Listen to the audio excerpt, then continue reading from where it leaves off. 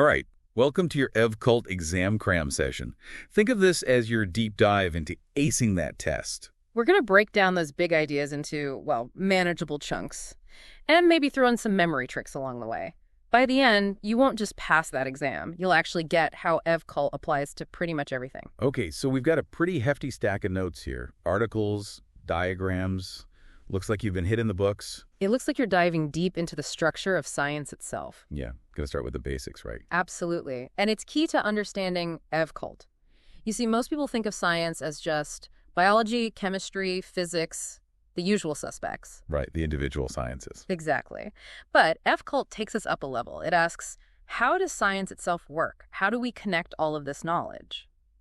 So it's like looking at the big picture, the architecture of knowledge. Precisely. And J.T. Belikovsky, he breaks it down into 3 levels. Think of it like a pyramid. Okay, I like visuals. At the base, you've got those individual sciences, physics, chemistry, biology, all those specific disciplines. Right, so that's level 1, the foundation. What's next? Level 2 is where things get, well, meta. We're talking about the meta sciences, like system science. They're looking for those overarching patterns, the connections between those individual disciplines. So system science is like the architect, seeing how all the different parts of the building fit together. Exactly. But there's another level. Okay, got it. At the very top of the pyramid, we have what Velikovsky calls the meta science. Whoa, meta science. And that's where evolutionary culturology comes in. Okay, that sounds pretty intense. It is, because Cult aims to be that unified framework for understanding, well, everything. It's all about finding those universal principles that apply across all domains of knowledge. So it's like the master key that unlocks all the doors in the house of knowledge. Now, that's a great way to put it. But how does Cult actually do that? What's the secret? Well, the secret sauce, the fundamental building block, is the Hollenparten. Hollenparten. Okay, got to break that down for me. Think of a Hollenparten as any system, really. It takes inputs, processes them, and then generates outputs. It's like a machine or a biological organism. Exactly. But here's the mind-blowing part. Hollenpartens are fractal. Fractal. Which means they have the same basic structure, whether you're looking at a galaxy, a single cell, or even a piece of music. Wait, hold on. A galaxy and a single cell, same basic structure. How? It's because of that fractal nature. It's a system within a system, within a system, and so on. Each level, it has a similar structure, just operating at a different scale. Okay, I think I'm starting to get it. So these Hollenpartens are everywhere, and that's how Cult connects everything. Precisely. And to understand how these Hollenpartens interact and evolve, we need to look at the 3 laws of Cult. Think of them as the rules governing the behavior of all systems. Okay, 3 laws, like in robotics. Exactly. Law number 1, integration. Hollenpartens, they have this amazing ability to join forces to create bigger, more complex units. Like atoms combining to form molecules? Exactly. Or individual musicians forming a band. Integration is happening all around us, from the smallest particles to the largest structures in the universe. Okay, so that's law #1 integration. Law number 2 is competition and cooperation. Hollenpartens are constantly vying for resources, sometimes battling it out, sometimes teaming up for strategic advantage. So like survival of the fittest, but with a little bit of collaboration thrown in. Precisely. Think about species competing for food and territory, but also forming symbiotic relationships, or even ideas competing in the marketplace, some fading away, others combining and evolving. Right. Okay, competition and cooperation, got it. That's law #2. And law number 3 is command and control. As Hollenpartens integrate and compete, larger, more complex units emerge. And these larger units, they exert influence over the smaller units within them. So like a cell controlling its organelles. Exactly. Or a government setting policies for its citizens. Exactly. Command and control is about hierarchy and regulation, making sure the system functions as a cohesive whole. Okay, so we've got the 3 laws. Integration, competition and cooperation, and command and control. Excellent. Now, here's a little memory trick for you. Think of those 3 laws as a pyramid. Integration at the base, competition and cooperation in the middle, and command and control at the top. Ooh, I like that. Visuals always help. So this pyramid represents how those 3 laws build upon each other, shaping the evolution of systems. Exactly. And remember, this applies to every system, from the smallest atom to the largest galaxy to human culture itself. All right, my brain is officially doing the happy dance. I think I'm finally starting to get the power of Cult. That's great to hear. And remember, we're just getting started. Bring it on. I'm ready to dive deeper into this Cult rabbit hole. Perfect, because next time we're going to tackle how these principles apply to, well, your favorite novels. Novels. Now you're speaking my language. Can't wait. We'll see you there. All right, welcome back. Last time, we were laying that groundwork, talking about levels of science, Holland-Parton's, those three laws, and now I'm ready to see how this all applies to something a little more, well, concrete, like novels. Excellent choice. Novels, just like all forms of art and culture, they're rich systems, just teeming with Holland-Partons, waiting to be analyzed. So how do we actually start applying Ev-Cult to a novel? Do we just start by looking at the individual words and sentences and kind of go from there? Exactly. Remember, those three laws, integration, competition, and cooperation, command and control, they're at play at every level. So let's say you're tackling the opening paragraph of a novel. You'd first consider each sentence as a Holland-Parton, right? Asking yourself, what information does the sentence convey? How does it relate to the sentences around it? So looking for those patterns of integration, how those sentences are building towards a larger meaning. Exactly. But you're also looking for competition and cooperation. Maybe there are contrasting ideas presented in those adjacent sentences, creating a little bit of tension. Or maybe there's a recurring motif that ties the sentences together, creates a sense of unity. And then we kind of zoom out to the paragraph level, see how it functions as a Holland-Parton within the larger chapter, and so on. You got it. Each level of organization, from words to sentences to paragraphs to chapters, it can all be seen as a Holland-Parton, interacting with those other Holland-Partons according to those three laws. And of course, we can't forget about command and control. Yeah. The author's the one calling the shots, right? Shaping the narrative, developing those characters. Absolutely. The author is like the architect designing the blueprint, or the conductor leading the orchestra. But here's where things get really interesting. Ev-Cult reminds us that meaning, well, it isn't solely created by the author. The reader plays a crucial role as well. Wait, so you're saying that I, as the reader, have a say in the meaning of the novel? Exactly. You bring your own unique experiences to the table, your own cultural context, and that influences how you interpret the text. It's this dynamic interplay between the author's intent and the reader's perspective.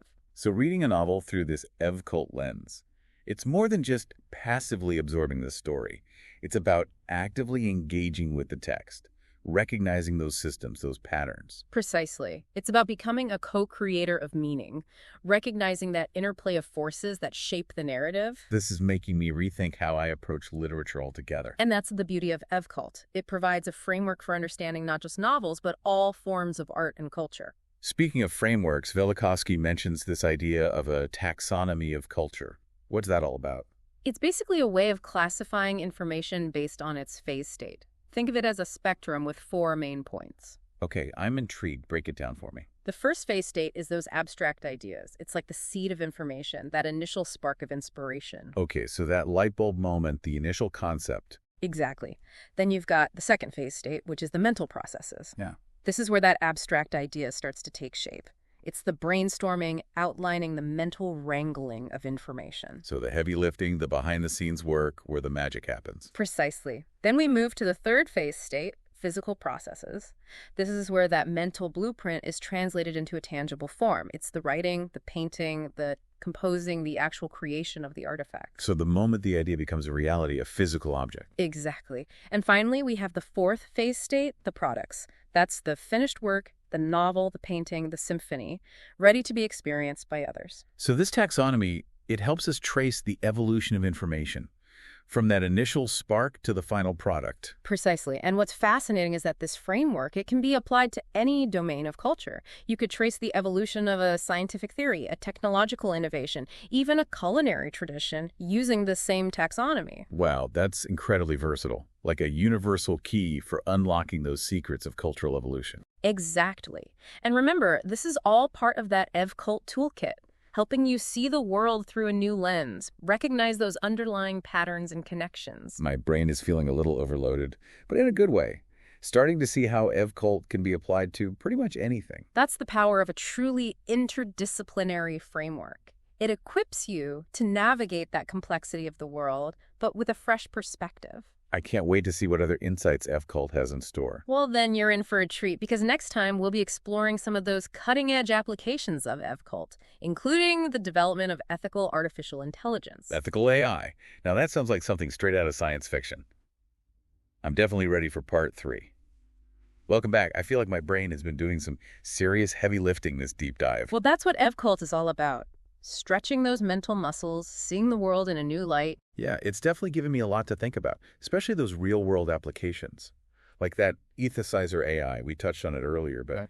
can you tell me a little more about that? How does it use EvCult principles? Okay, so picture this. An AI system designed to make decisions, big decisions on a global scale. Decisions that affect, well, all of humanity. And this AI, it's programmed with ethical guidelines derived from EvCult, ensuring that its actions are aligned with human values and, promote the well-being of everyone involved. So it's kind of like a benevolent AI overlord guiding us toward a brighter future. Maybe overlord is a bit strong, but the idea is this AI would use its incredible computational power and that EvCult-based ethical framework to help us navigate those tough challenges like climate change, resource allocation, maybe even help resolve global conflicts. Okay, yeah, maybe skip the overlord part. But that's still pretty mind-blowing, right? We're not just analyzing novels here. We're talking about shaping the future of civilization. Exactly, and that's just one example. Remember how Velikovsky talked about over 50,000 domains of human culture? 50,000. There's no way that's just art and literature. Not even close. We're talking about everything. Science and technology, economics, politics, even everyday things like cooking, sports, how we design our cities. Okay, so EvCult really is a universal toolkit, something we can use to understand and improve, well, pretty much any aspect of being human. That's the power of an interdisciplinary approach, breaking down those barriers between disciplines so we can see those connections, the patterns that underlie all systems. Okay, I see the bigger picture now. But for those listeners who are about to face that EvCult exam, any key takeaways they should focus on? How can they use all of this to, actually ace that test? First things first, remember, EvCult is all about synthesis. It's about connecting the dots, seeing the forest for the trees. So don't get lost in the details of any one specific domain. Focus on those overarching principles, the universal patterns. Exactly. And always remember those three laws of Holland-Partons. Integration, competition, and cooperation, command and control. They govern all systems, so make sure you really understand them. Right, 3 laws, endless possibilities. And remember, EvCult isn't just some theory, it's got real-world applications. Be ready to talk about how EvCult can be used to design new technologies, solve those complex problems, create a more sustainable and equitable future for everyone. So show how EvCult is making a difference right now and how it can shape the future. Precisely.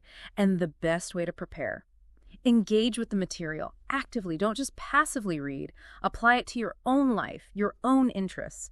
Think about how those 3 laws are playing out in your relationships, your career, even your hobbies. So it's not about memorizing facts. It's about developing an EvCult mindset. Exactly.